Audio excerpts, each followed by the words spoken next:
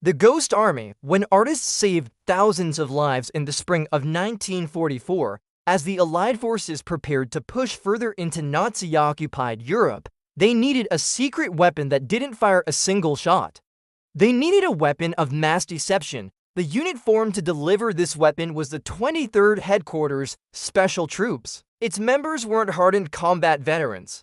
They were art students, architects, sound engineers, actors, and even fashion designers, recruited from art schools and advertising agencies. They were given a near impossible task: to impersonate two entire U.S. divisions, 30,000 men using only 1,100 people, the tools of illusion. The mission of the Ghost Army was simple yet surreal: confuse the German high command about the location and strength of actual Allied forces. Their toolkit included, for main components, inflatable decoys, visual deception. The core of their strategy involved life-sized, rubber decoys.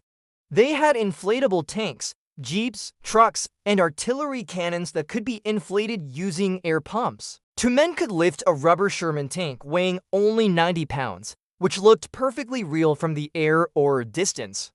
Sonic deception. The unit employed sound engineers who recorded hours of authentic audio: the rumble of tanks, the static of mechanics repairing engines, the chatter of thousands of soldiers. These sounds were played through powerful amplifiers mounted on half-track vehicles, projecting realistic audio up to 15 miles away. Radio deception. Operators specialized in mimicking the Morse code styles of actual U.S. Army radio operators. They transmitted fake, coded messages, creating an entire network of false chatter that the German intelligence eavesdropped on. Atmosphere. The artists became actors. They wore fake unit patches, painted different markings on their vehicles, and even drove around taverns openly discussing battle plans in earshot of known German spies, always ensuring the conversation pointed to a location miles away from the real offensive.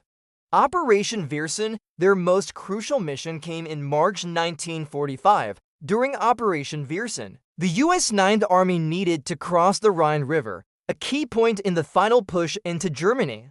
The Ghost Army was tasked with drawing the enemy's attention 10 miles south of the real crossing site.